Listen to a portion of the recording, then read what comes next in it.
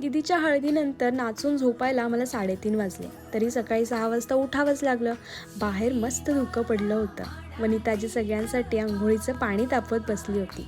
सगळ्यांनी पोह्यांचा नाश्ता केला. दीदीला विहारात न्यायला बायका जमल्या. लग्नाआधी नवरीला वाजत गाजत विहारात नेले जाते.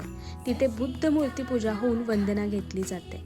मग त्यासमोरील पिंपळाच्या झाडाची पूजा करून त्या भोवताली तांब्याने पाणी टाकत 5 वेळा फिरले जाते. मी ना मस्त ताश आणि ढोल वाजून माझी हौस पूर्ण करून घेतली. लग्नाची वेळ 12ची होती. आम्ही मुली तयार व्हायला वेळ लावणार म्हणून मोठ्या माणसांची गडबड सुरू झाली. लग्न कार्यालय घरापासून 10 किलोमीटरच्या अंतरावर होतं. त्यामुळे जाण्यासाठी काही कार व महामंडळाच्या बसची सोय केली होती.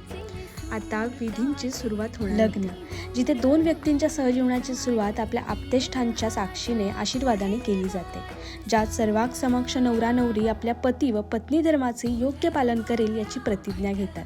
तळहाताच्या फुडासारखं जपलेल्या आपल्या मुलीला सासरी पाठवताना काय घालमेल होत असेल हे त्या दिवशीच कळलं. आणि शेवटच्या अष्टांग गाथेला तर सगळ्यांचा बांधच फुटला. लग्नात सगळ्या पाहुण्यांची भेट घेतली, त्यांची विचारपूस केली, पण सगळीकडे एकच प्रश्न, आता तुझं कधी? शेवटी डोक्याला हात लावला आणि जेवण करून घेतलं.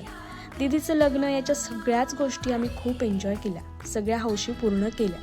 तुम्ही या कोकणातलं लग्न सिरीजला भरभरून प्रेम दिलं त्याबद्दल खूप आभार.